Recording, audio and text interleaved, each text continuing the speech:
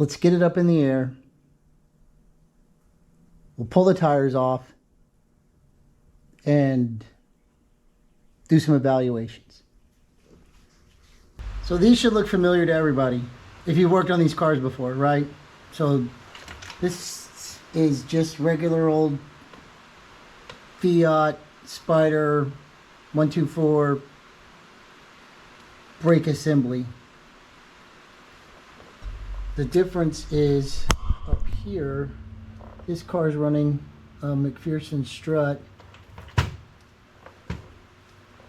that bolts to the steering knuckle and goes all the way up to the frame of the car. So shock and spring are combined. This will make it easier for some coilover springs or something like that. Get some ride height adjustment. And then it's running a rack and pinion, and it's mounted on top, and then it turns into here. So here's a look at where the strut mounts into the back. So this rubber line is relatively new. You can tell because it's not all corroded. And they used vice grips to take it off and put it on. So the brakes are a little tight, see?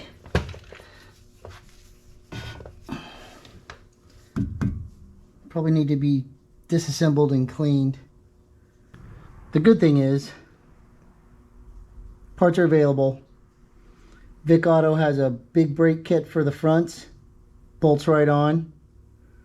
So we'll probably go with that for the front brakes.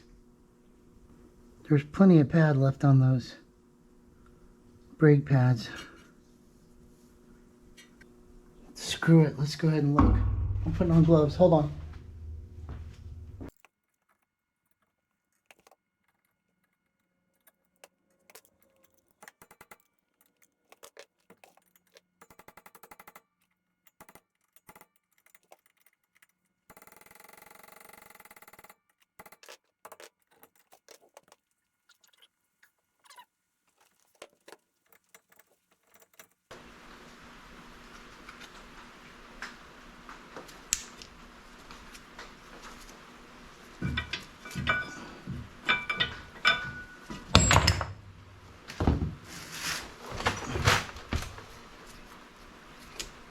So the bearing's free. I think it's just because they left this silly coating on the back with brand new pads.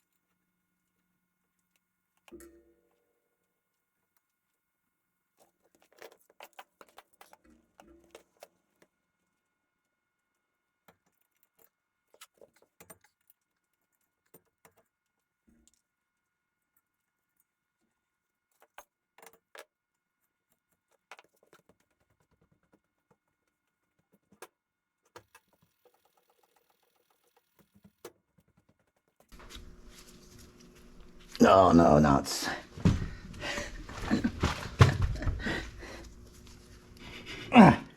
So it's sticking, but it's in there. So brake calipers on the list. or a brake calendar rebuild kit, or the big brake kit from Vic Auto. So the rear brakes aren't as draggy, sticky, but I'm sure they're going to need the same treatment as the fronts. Relatively new pads all the way around. Hoses are new or more recent. Down here we can see the A-arm, control arm. So it goes from here to there. And then there's a tie rod end over here to keep it from shifting. And then another strut with a spring on top.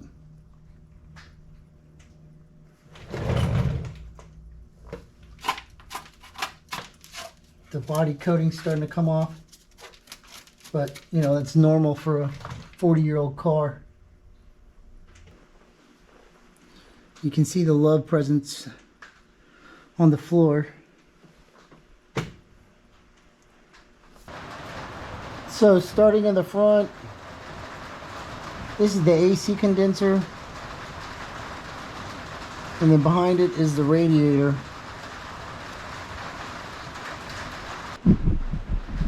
So behind the radiator is 2 fans, and then hose goes to pipe. You can see over there that the temperature switch is new, not corroded, still shiny. The fans work, they come on, that's good. And then over here you have your AC lines going to the condenser. That leads us to our first bushing. First bushing on suspension, forms a triangle, goes to here, and then goes to this drop arm right here. So it's kind of like a V, an A arm in 2 pieces. And then steering knuckles up there, and then the strut does the rest going into the top of the car. Foam plug.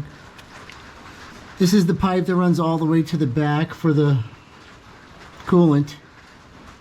And it looks like it was galvanized, and then they spray coated over it. This coating's not too bad, it's just flaking off in spots. But we'll come back and clean it and touch everything up.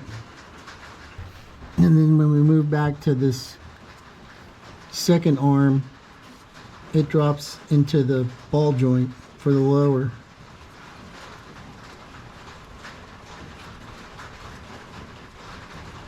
There's not any, I mean, it's soft, but, and then this one is solid. Bolts through here, then there's another retainer up top, and then bolts to the frame, car body here. So you can see this bushing. It's pushed out and cracked.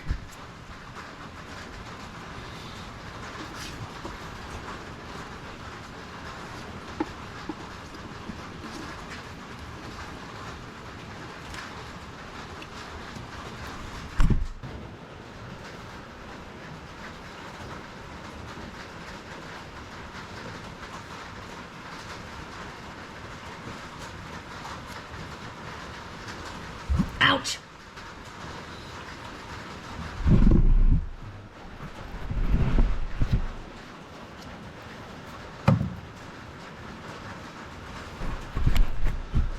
So here's the rack and pinion steering.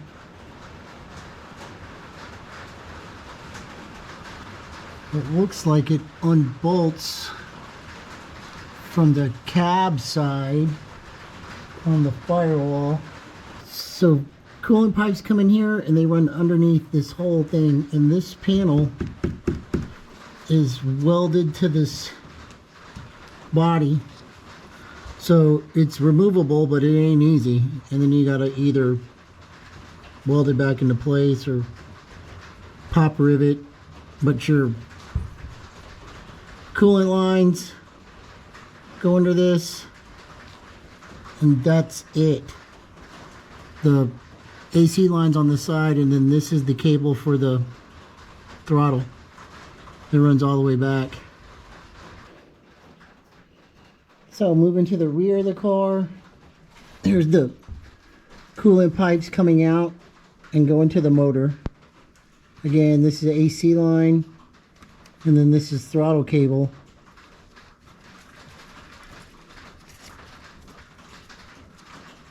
Fuel tank. This is the bottom of the fuel tank right here. 12-gallon tank. Goes up kind of behind the seat, behind the driver's side. So this shift linkage going to the transmission. So the engine's mounted transversely. Think of it like a front-wheel drive car, but it's in the back. So you have an engine and then the clutch and then a transaxle feeding output through those drive shafts on either side.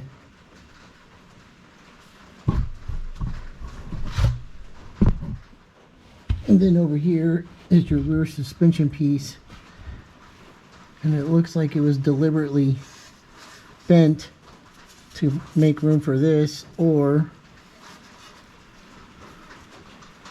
somebody got into it too hard and bent it.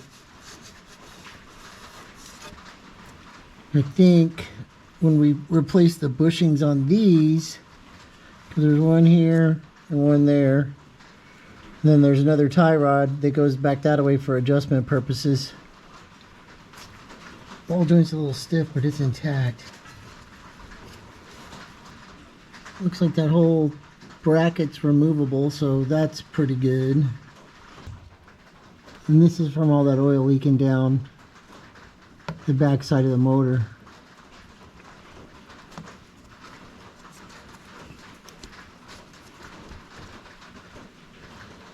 This is all going to have to get a good cleaning. But you can see where oil's spraying back there too on that control arm. So now we're flipped around, looking from back to front. So oil pan, there's an axle shaft coming out of the transmission.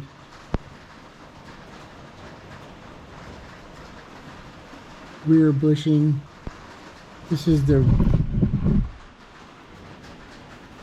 rear tie rod, because you can adjust this. And then when we keep backing up, now we're looking at exhaust. So exhaust comes down, runs through this cat, goes back, runs through this big muffler, and then comes out over here. Comes down and around over here. So single exhaust with only one pipe. There's an O2 sensor up top for the fuel injection. And I think first order of business, you know, after brakes and suspension, will be a cool exhaust system. If we keep it like this, then we have to keep it single pipe, but we could come over here on the other side and fab this to match, and then have the twice pipes coming out. And so this is vent area for hot exhaust. So I think that's it for the tour of the X19. Like every other 40-year-old car, you know, things are going to have to be replaced. You should expect to be replacing all your suspension bushings or components at the same time. Replacing the brake calipers. Thankfully, the brake lines and the brake fluid has all been drained and replaced. Calipers are just a little sticky. We could probably just pull them apart and clean them and not even have to replace them. But there's an upgrade for the front, let's say. The big discs from Vicks. The goal with this car is to make it a weekend project only, because I'm still working on the truck. I still got to do rear suspension on that Jeep. I got this other project over there that I'm building for somebody else. So that's 4 projects going at one time that I'm currently aware of. There could be another one that I don't even know about yet. 40-year-old car that runs and drives. And it looks pretty damn good. I did spend last night doing some paint correction on it. It had some scuffs and everything else, but it cleaned up nice. There's always more work to be done, but you know, one thing at a time. I cleaned the windshield, I cleaned the paint. I think we'll start with front suspension and brakes. I think we can do that in one weekend, even with the painting. We'll pull the car in on a Friday,